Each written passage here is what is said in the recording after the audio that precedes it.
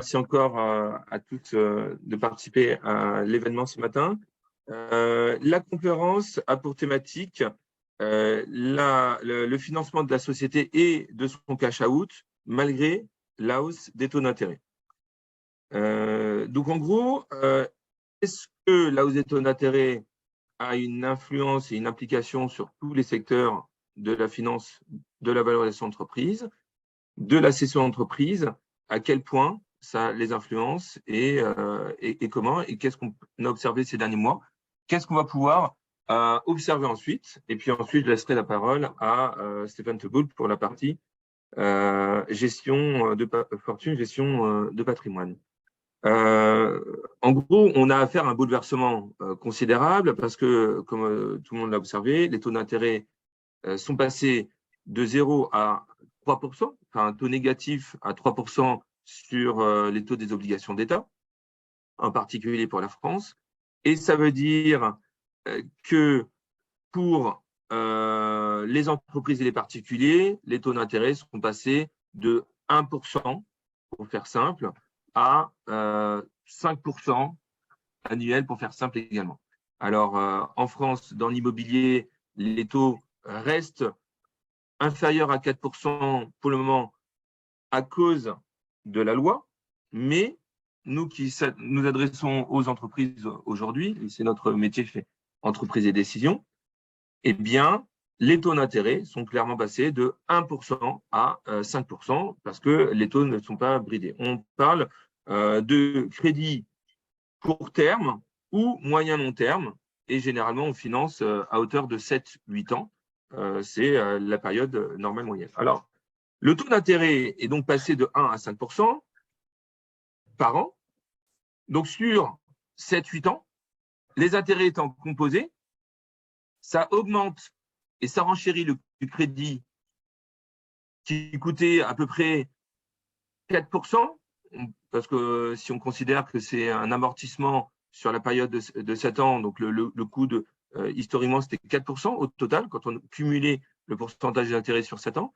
4% si on était en intérêt composé amortissable, et on passe donc à un coût global qui se renchérit autour de 20 à 30%. Ça, si on est sur une dette amortissable. Par contre, beaucoup de financements se font avec des dettes in fine. Donc, la particularité de la dette in fine, c'est que son coût est plus élevé, parce que comme on va rembourser à la fin, le coût est plus élevé. Donc, là où on était à autour de 2%, maintenant, on est autour de 6, 7, voire 8% dans certains cas. Et comme c'est remboursé in fine, donc ce n'est pas amorti, donc on est passé d'un coût qui était de proche de 20% en coût total intérêt composé, 2% d'intérêt composé sur 8 ans, à un coût actuel de 8% en intérêt composé sur 8 ans. On arrive à des taux proches des 90% en intérêt quand on cumule tous les intérêts composés sur les simulations. Donc là, on se retrouve déjà à quelque chose qui coûte assez cher. Et donc, si on veut emprunter 1 million d'euros, il faut rembourser 800 000, 900 000 euros d'intérêt cumulé. Et c'est pareil, plus on va rallonger la durée du financement, au-delà de la dette in fine, on a le capital. Alors, le capital, il a une durée illimitée. Bien sûr que la plupart du capital vont être remboursés avant l'infini, une durée limitée. Donc, on a des financements qui vont revendre sous 4-5 ans, que ce soit du capital risque ou du capital développement. Ils veulent souvent revendre à 4-5 ans, parfois 8-10 ans, mais on est entre 4 et 8 ans. Et les intérêts, le coût du capital, on a l'habitude de dire que le capital a un taux de rendement interne espéré, donc qui était avant l'augmentation des taux d'intérêt, qui était à 20% pour des sociétés bien établies, rentables, pérennes, à 30-40% par an pour des startups. Donc, un investisseur en capital dans du capital risque, il espère récupérer 30 à 40% habituellement de rendement annuel moyen. Et ce qui fait que quand on cumule ça en intérêt composé sur 5 ans, l'investisseur en capital du capital risque espère récupérer 500 à 800% d'intérêt. Alors, je vous parle technique, hein, mais on est sur un sujet technique. Et donc, quand on parle hausse des taux d'intérêt, ben, on parle bien de la hausse du coût des financements. Et le capital, même si très peu de personnes le présentent ainsi, ben, il a un coût de financement. Donc, les investisseurs en capital, pour le capital développement, capital LBO, transmission, ils veulent récupérer au bout de 5 ans 2, 3, 4 fois leur mise. Et dans le capital risque, ils veulent récupérer 5 à 10 fois leur mise. Et bien sûr que certains investissements ne sont pas rentables. Et donc, quand un investisseur en capital risque investit dans 10 dossiers, il y en a une partie qui vont faire 5 à 10 fois la mise et une partie qui ne va rien rembourser du tout et ça va être perte sèche. Et donc, la moyenne, ce n'est pas 1000% de rendement. Mais donc, les investisseurs en capital, eux également, ont augmenté, renchéri leur coût de financement. De la même manière que le coût de la dette, ils ont aussi augmenté leur coût de financement de 4% par an. Donc, celui qui espérait 20% de rendement annuel, aujourd'hui, il espère 24% de rendement annuel. Et celui qui espérait 30% de rendement annuel, il espère 34% de rendement annuel. On s'aperçoit aussi qu'à cause de cette crise, entre autres, ce n'est pas le seul crise, mais le financement des sociétés de high-tech en Israël, aux États-Unis, en Allemagne, en Angleterre et aussi un peu en France, mais bizarrement ou heureusement, la France est moins touchée que les autres, moins touchée à tous les niveaux, eh bien, ces financements ont fortement réduit, chuté de 60 à 80%, c'est-à-dire qu'il y a 3 à 5 fois moins de financement pour les sociétés digitales, capital risque, actuellement, dans ces pays-là. Donc la France est touchée, mais bien après les autres.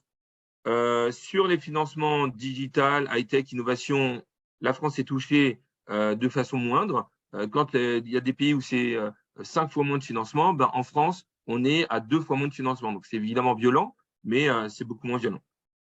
Idem au niveau de l'inflation. La France a été moins touchée que d'autres pays, avec des taux d'inflation de 6% contre 10% dans beaucoup d'autres pays occidentaux, OCDE, Israël, etc. Ce coût de financement, il s'est renchéri. Donc, quand une personne, un dirigeant, un fonds d'investissement veut acheter une entreprise ou un appartement, parce qu'on parle aujourd'hui d'entreprise, mais bien sûr que dans l'immobilier, c'est la même chose, eh bien, son pouvoir d'achat a baissé.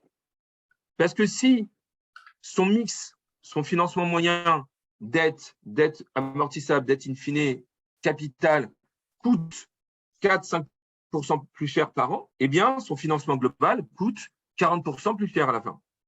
Et donc, si le financement global coûte 40% plus cher, eh bien, potentiellement, théoriquement, comme son pouvoir d'achat a baissé, eh bien, la valeur des entreprises a baissé également de 40%. Ça, c'est de la théorie. Qu'est-ce qu'on observe dans la réalité? C'est que la baisse des valeurs des entreprises aujourd'hui est plus proche des 10 à 15%. Alors, attention, je ne parle pas de high-tech. Moi, je ne suis pas hyper spécialisé high-tech, donc je parle des entreprises de tout secteur d'activité, de tous les autres secteurs, les activités normales, classiques, moyennes, tout secteur d'activité en moyenne. En moyenne, on est à moins 10, moins 15% sur la valeur des entreprises à cause du renchérissement du financement. J'ai cité plus 40% du coût du financement. Ça veut dire moins 25, moins 30% sur la capacité de financement de pouvoir d'achat. Mais comme il y a aussi en face des bonnes nouvelles, eh bien, et puis aussi des vendeurs qui ne veulent pas baisser leur prix de 25, 40, 30%, eh bien, la baisse des valeurs des entreprises n'est que de 10-15%. Alors, pourquoi la baisse des valeurs des entreprises est si faible? Et j'espère que je ne vous ai pas tous perdus. Parce que il y a très peu de sociétés à vendre. Il y a très peu de sociétés qui sont vraiment valorisées. Et je parle évidemment de sociétés pérennes, rentables, avec une activité récurrente. Et donc, comme il y a toujours beaucoup d'acheteurs et beaucoup d'argent disponible sur le marché, les personnes physiques ont beaucoup d'argent, les fonds d'investissement ont levé beaucoup d'argent, les banques ont un petit peu resserré leur financement, c'est vrai, pour les grosses entreprises. Mais pour tout ce qui est acquisition d'entreprises entre 1 et 20 millions d'euros, même entre 1 et 50 millions d'euros, eh bien, on a encore beaucoup de financement bancaire. Et il y a un renchérissement du coût du financement, ça c'est sûr. Le coût de la dette est passé de 5% par an.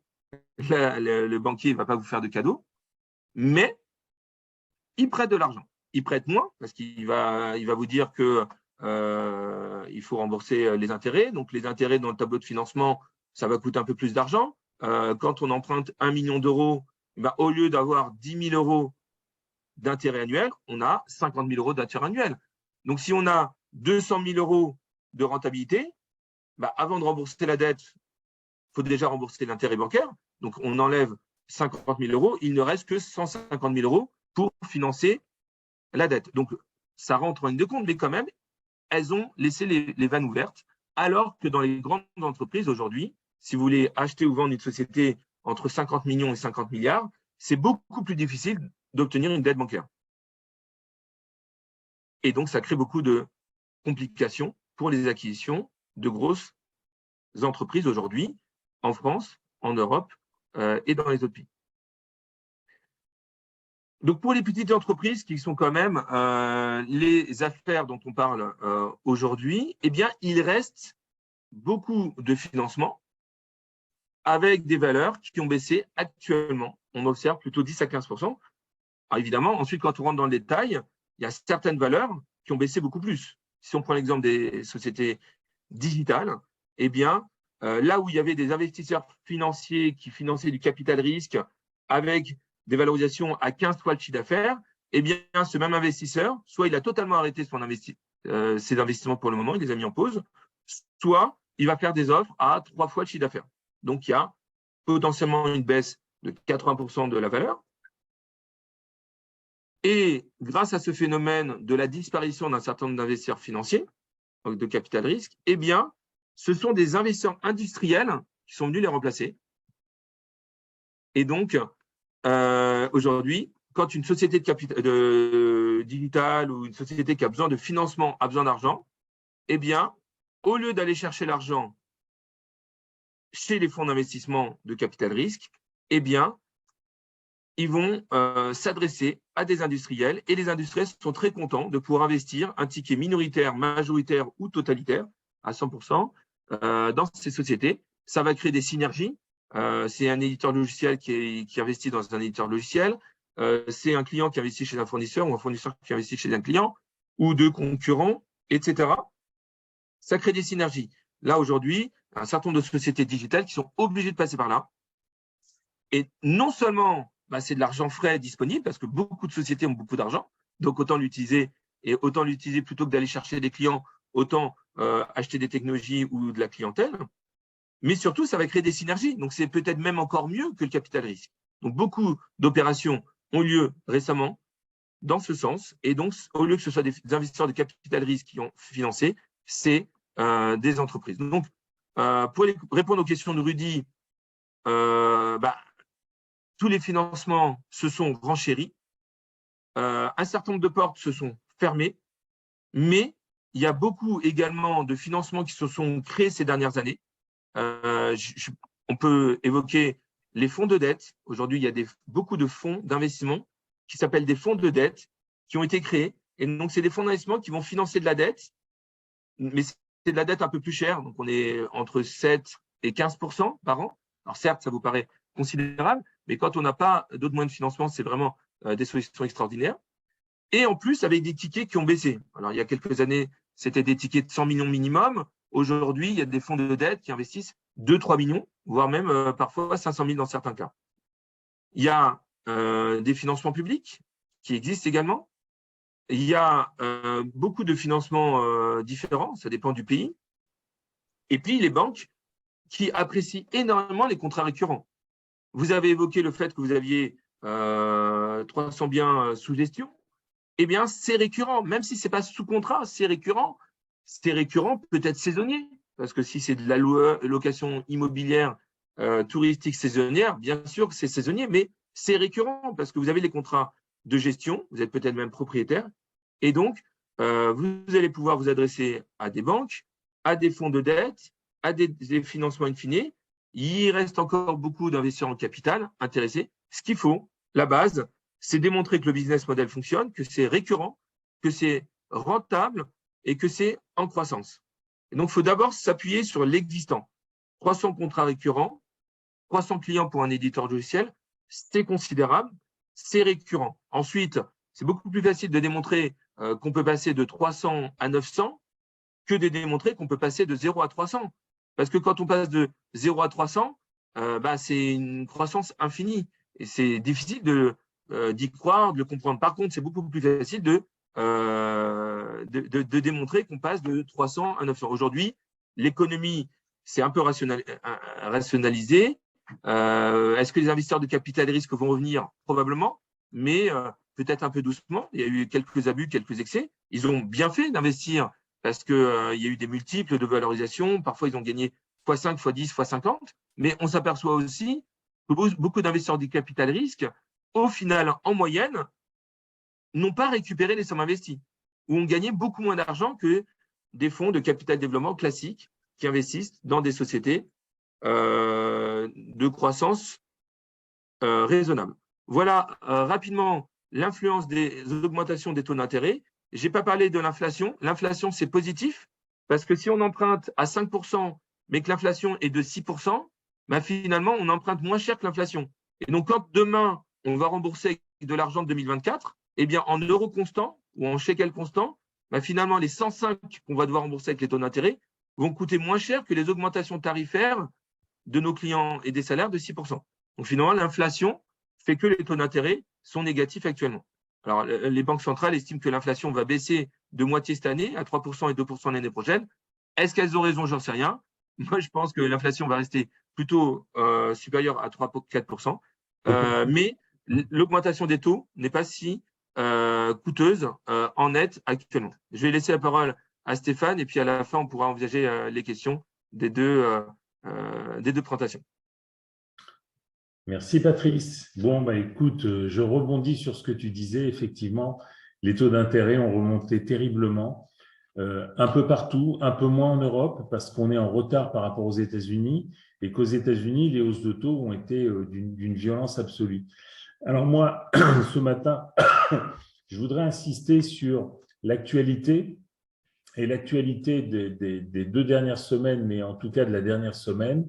Ça a été la disparition ou en tout cas des problèmes absolument insensés sur des banques importantes, notamment la 14e banque des États-Unis, notamment la 2e banque suisse. Donc, ces problèmes-là, simplement pour vous expliquer, sont liés aux hausses de taux d'intérêt qui sont importantes, puisque les banques ont placé de l'argent en obligations. Alors, je voudrais simplement repartir sur quelque chose d'assez général et c'est important de bien faire la distinction entre les obligations et les actions. Donc, une action, c'est facile.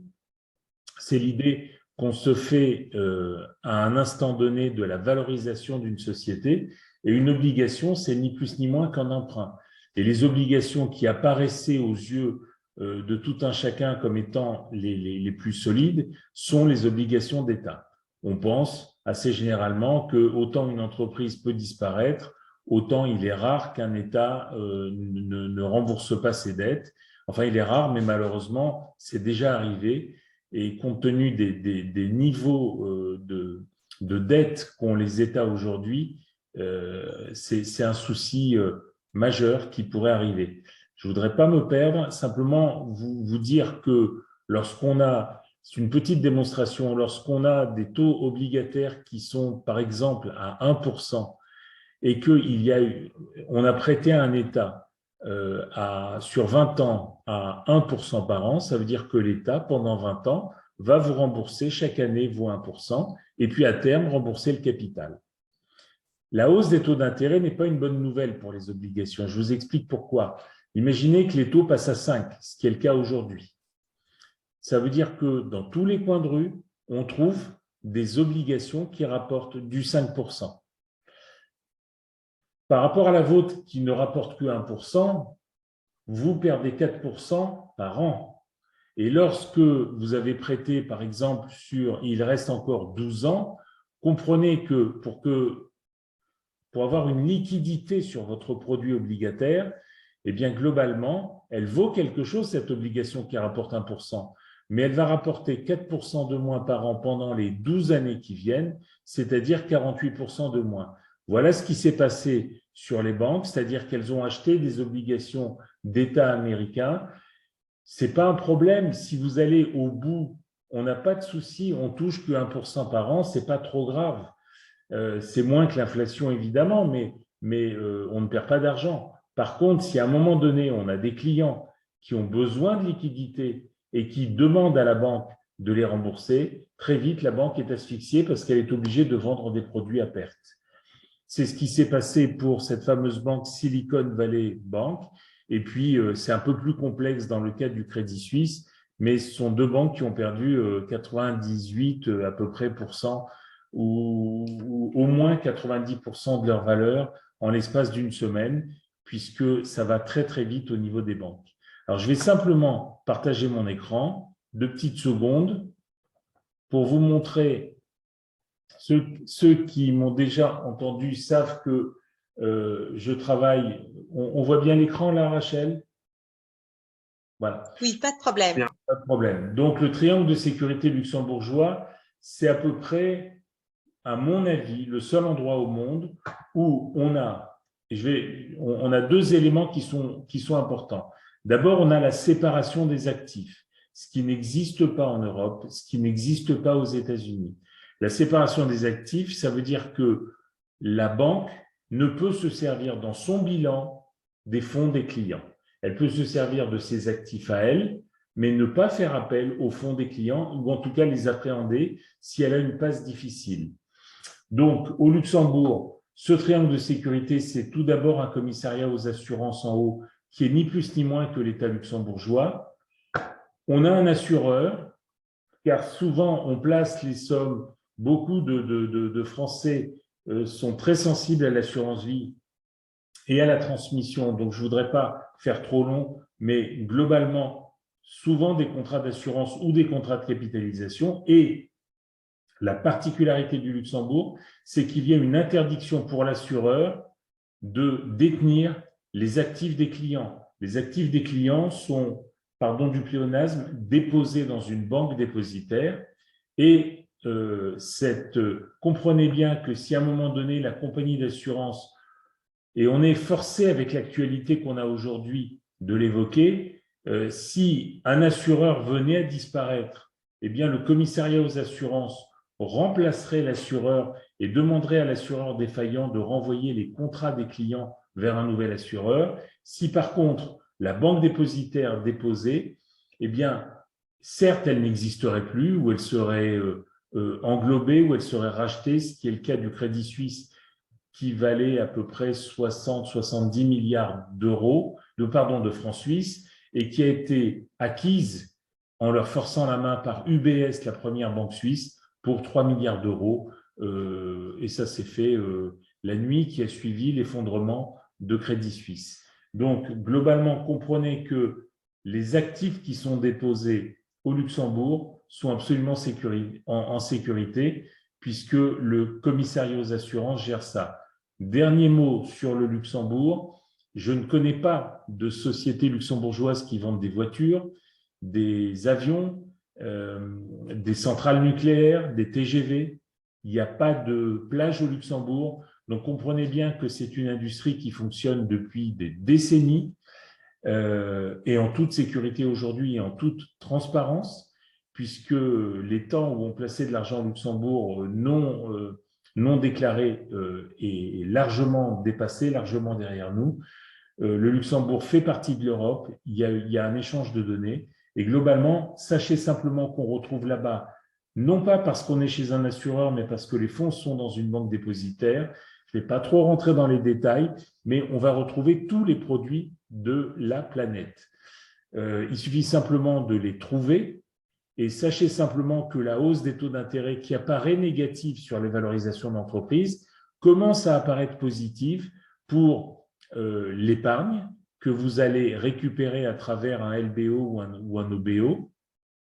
Donc, on retrouve aujourd'hui des fonds avec des capitaux garantis. On retrouve aussi du private equity qui a jusqu'à présent et sur les 50 dernières années eu les meilleurs résultats. Bref, on n'est pas dans une alternative où on n'avait que les actions depuis quelques années parce que les taux d'intérêt étaient trop bas et ne rapportaient rien, et surtout que les obligations étaient dangereuses parce qu'un jour, elles allaient remonter. On est dedans, on est là-dedans, mais déjà aux États-Unis, quand on trouve des obligations d'État à 4 ou à 5%, il y a pas mal de gens qui quittent le marché des actions pour sécuriser des actifs. Voilà, je reste à votre disposition, on reste tous les deux à votre disposition pour les questions.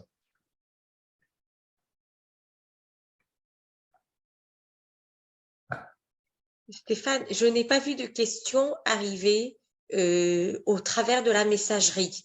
Alors, je voudrais savoir donc, est-ce que vous avez des questions au sujet soit de la présentation de Stéphane, soit de la présentation de Patrice? Rudy, est-ce que tout est clair? Mélissa, est-ce que tout est clair? C'est parfaitement clair pour moi. Merci beaucoup. Ok. Monsieur Teboul, généralement, un dirigeant qui vend sa société, il choisit quel placement, quel produit, qu'est-ce que tu conseilles? Alors, ça dépend où il vend sa société. S'il la vend en France, il y a un impact fiscal, mais il y a des lois, notamment le 150 obétaire, qui permet d'effacer cette plus-value si lui-même réinvestit dans des entreprises. Donc moi, je crois que, très sincèrement, on monte, on descend, on peut raconter ce qu'on veut. C'est bien évidemment dans le monde des entreprises qu'on va retrouver les meilleures rentabilités. La seule chose, c'est que je voudrais éviter les trop petites entreprises parce que effectivement, les chiffres qui nous sont donnés sont… Pardon? Oui. Non, je croyais que Patrice voulait intervenir, mais ton micro est fermé. Voilà, donc évidemment, moi, mon placement préféré aujourd'hui est le private equity parce que c'est encore plus facile à comprendre pour un dirigeant d'entreprise qui effectivement vient du monde de l'entreprise et comprend qu'une entreprise peut se développer et se développer de manière importante. C'est tout ton discours de ce matin et clairement, la plupart des bons gestionnaires de private equity font x5, x10, x15, x50 sur certaines entreprises. Vous comprenez bien que lorsqu'on est sur des Carrefour, des Leclerc, c'est très difficile de faire des scores très importants d'une année à l'autre. Donc, c'est plutôt ce qu'on appelle du fonds de portefeuille quand on a des grosses entreprises. On a des obligations et on a aujourd'hui une nouvelle famille de produits qui pourraient intéresser certains qui sont attachés au capital garanti. Il y a maintenant des produits structurés qui, en échange d'une promesse de rendement qui va être limitée, c'est-à-dire qu'on va vous limiter à 5, 6, 7% par an, même si le marché fait 15%, 18, 20% dans l'année. Et effectivement, avec ces produits structurés, on va arriver à protéger le capital la plupart du temps et avoir un rendement qui est correct. Tout dépend. Tous les placements existent et simplement pour finir, un contrat d'assurance vie en France, les meilleurs, en tout cas ceux qui me donnent le plus de choix de gestion, doivent contenir à peu près 1000-1200 fonds. Lorsqu'on est au Luxembourg, on a tous les fonds de la planète, toutes les actions de la planète et globalement, on a un plus grand choix. Donc, je dirais qu'on a 100 000, 150 000 possibilités différentes et que donc, ce n'est pas à moi à choisir ce qu'il faut pour quelqu'un qui vend son entreprise, mais plutôt en fonction du client, en fonction de ses desiderata et surtout, en fonction de ses besoins. Puisque le temps efface le risque, s'il peut avoir besoin de son argent dans 2 ans ou dans 3 ans, on comprend bien qu'on ne le gère pas de la même manière que l'argent qu'il récupérera pour sa retraite dans 10 ans, dans 12 ans, dans 15 ans, dans 20 ans. Voilà, donc je m'adapte totalement aux clients et on a aujourd'hui, à partir du moment où on a le choix, où on ne se limite pas à une banque qui va vous vendre ses propres produits, la BNP qui vend des produits BNP, la SocGen qui vend des produits Société Générale ou la Leumi dans le cas d'Israël qui va vendre des produits et tirer la couverture à elle. Lorsqu'on a affaire à un indépendant, on a un choix qui est beaucoup plus important. J'ai aussi, enfin, je ne sais pas si tu as fini, mais j'avais une question qui m'a été posée par Eliade Tamoun. Je t'ai pas coupé la parole. Stéphane. Excuse-moi, Patrice, avant d'adresser la question d'Eliade, je pense que Rudy voulait dire quelque chose tout à l'heure parce qu'il a activé son micro. Rudy, vous souhaitiez dire quelque chose? Alors, j'ai très bien compris. Merci pour les explications. C'est vrai que la deuxième présentation est plus sur effectivement des gens qui ont déjà vendu leur société ou en tout cas qui ont dégagé suffisamment de liquidités pour les réinvestir dans les différents produits que vous avez évoqués. La question, c'est effectivement, alors, Patrick, vous avez bien expliqué que le coût du financement, l'évolution des taux, ce que ça implique en termes de valorisation, etc. Moi, c'est vrai que j'ai plus de questions sur le process d'obtenir ce financement ou comment est-ce qu'on sait combien est-ce qu'on peut financer auprès de quelles banques, parce que les banques israéliennes sont pas toujours des partenaires financiers en vérité. Donc en Europe, Oui, mais c'est plus justement, ça. Rudy, donc ça, c'est la spécialité de Patrice. Je veux dire, par la suite, il pourra vous indiquer, si vous voulez, les meilleures façons d'obtenir du financement, éventuellement aussi à partir de la France, n'est-ce pas, Patrice? Alors, oui, Rudy, je peux commencer. Merci, Rachel, à répondre à votre question. Donc, vous avez raison, les banques israéliennes sont moins dociles que les banques françaises. Je ne sais pas pourquoi Docile. les banques françaises ont mauvaise presse. Moi, ce que je peux vous dire, c'est que les banques françaises sont d'excellents partenaires des entreprises et elles prêtent beaucoup plus facilement, beaucoup plus souvent, des montants beaucoup plus importants que dans d'autres pays, comme Israël ou les États-Unis. Donc, oui, les banques françaises vont prêter davantage et les banques israéliennes vont prêter moins. Le problème, c'est qu'avec des sociétés israéliennes, on va emprunter de l'argent en Israël. Et les banques israéliennes sont missionnées pour financer l'économie et les sociétés israéliennes, et les banques françaises sont spécialisées pour financer l'économie et les sociétés françaises. Donc, quand on va avoir une banque française pour demander de financer une société israélienne, elle va probablement pas être spécialement favorable. Une banque basée à Saint-Maur-des-Fossés, à côté de Paris, dans le 94, elle va être missionnée pour financer les entreprises de Saint-Maur-des-Fossés. Donc, elle ne va pas être missionnée pour financer les entreprises de Créteil ou de Saint-Mandé, encore moins de Paris, donc encore moins de Strasbourg et encore moins de Tel Aviv. Je ne dis pas que c'est impossible. Il y a des exceptions et il y a des banques de Saint-Maur-des-Fossés qui peuvent financer des entreprises en Israël sous certaines conditions. Il faut probablement que les dirigeants habitent aient des attaches ou aient un compte bancaire ou une entreprise ou un immobilier dans le 94 ou à Paris ou en France. Et ensuite, peut-être qu'il y ait une holding française qui finance une société israélienne. Parmi les conseils que j'ai donnés à certains entrepreneurs, eh bien, ils avaient une activité en Israël, ils ont monté une société en France. Cette société en France, non seulement elle a bénéficié des aides du crédit impôt recherche, donc des subventions, des aides pour recruter des chercheurs, mais il y avait 2, 3, 4 salariés français dans ce sens. Il y avait aussi des aides de BPI France, des financements, des subventions, des crédits d'impôt, des avances remboursables de BPI France, des crédits relais ou des assurances. Également une assurance prospection, anciennement appelée COFAS, qui a aidé la société française à se développer. Et avec ce budget, on a acheté la société israélienne et on a financé des investissements d'Israël en disant à BPI France, ce qui était la vérité, que la société française voulait se développer en Israël. Et donc ça, c'est un moyen, un groupe de moyens, parce que j'ai dit beaucoup de choses en quelques secondes, c'est un ensemble de techniques qui permettent de financer une société israélienne en créant et en développant une société française qui va investir et financer la société israélienne. Que ce soit convaincre une société française ou convaincre une banque française ou une banque israélienne, eh bien, il faut s'attacher aux choses concrètes, terre à terre, dont j'ai parlé tout à l'heure. J'ai parlé des contrats récurrents, mais j'aurais pu commencer par le commencement, ce sont les actifs tangibles, immobilisés. Immobilier, en premier lieu, et les autres actifs mobiliers qui peuvent être des ordinateurs, des aspirateurs, des travaux. Donc, quand vous allez faire des travaux dans les appartements, tout ça, ça peut être financé par la banque. La banque va préférer financer d'abord ce qui est solide, ce qui est concret.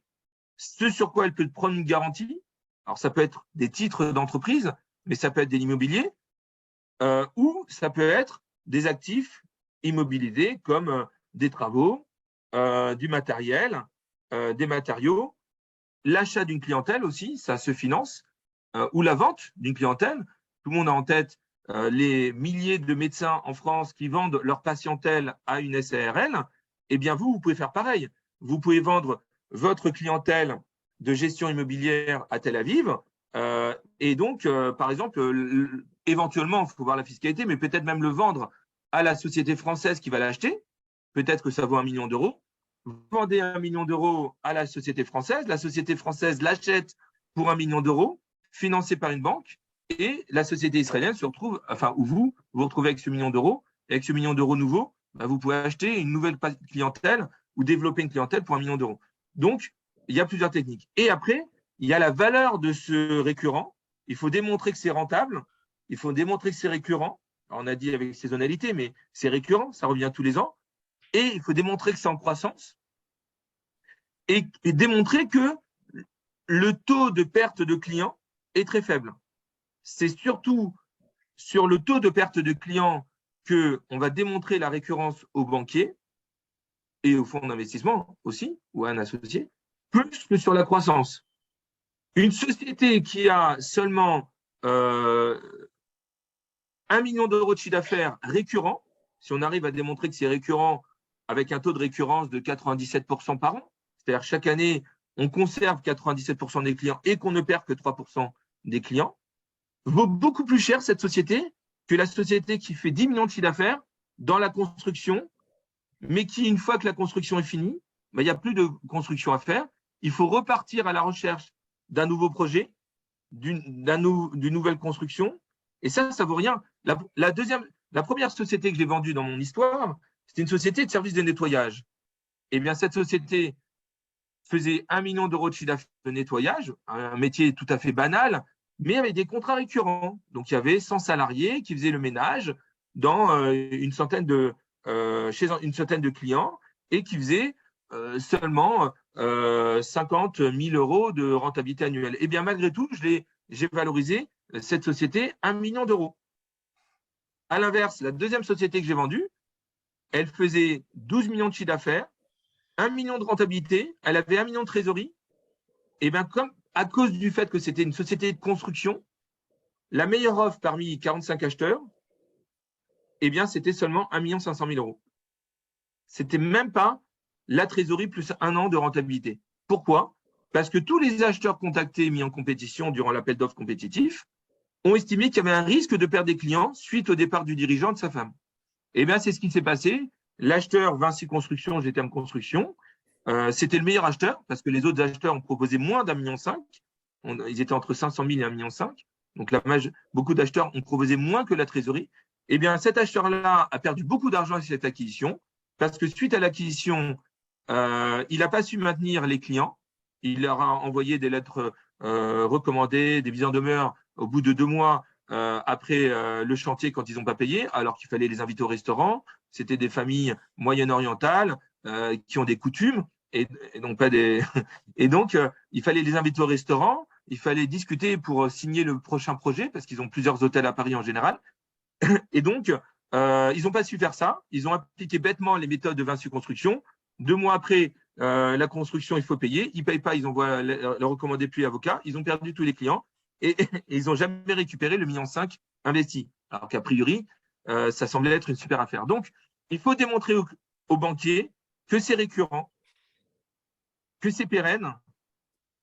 Et ensuite, on peut aussi utiliser toutes les techniques et toutes les ficelles que j'évoquais au départ. Et si les banques israéliennes ne sont pas hyper motivées, on peut envisager BPI France, des banques françaises, mais c'est un montage qui est beaucoup plus complexe. Et je ne sais pas si vous voulez vous aventurer vers ces schémas, mais qui pourraient tout à fait fonctionner et vous inspirer de ce qui s'est passé dans les ventes de patientèle des médecins en France pour vendre peut-être la clientèle existante et financer en France et en Israël en même temps. Sachant que les taux d'intérêt ne sont pas les mêmes. Donc, c'est certes plus compliqué, mais en même temps, il y a une vraie différence entre la société israélienne et la société française. En France, on a l'habitude de taux fixes. En Israël, les taux sont variables et ça monte très, très vite. Les gens qui étaient à… Enfin, il y a des écarts en France, en Israël. J'ai un exemple également aux États-Unis, un autre exemple en Grande-Bretagne, où effectivement, d'un seul coup, on reçoit un montant de taux de remboursement de crédit qui a augmenté terriblement. Donc, effectivement, la France, c'est un bon candidat. C'est plus compliqué, mais ça permet de faire des choses. Merci. Merci à… Alors, il y avait une question. Juste quand même, les taux variables peuvent être intéressants aujourd'hui parce que si aujourd'hui on a un taux fixe à 5%, mais un taux variable à 4%, peut-être que le taux variable va monter à 5, 6, 7, 8% demain, mais peut-être que prendre un taux variable, c'est aussi bénéficier de la potentielle baisse des taux demain à 3, 2, 1%.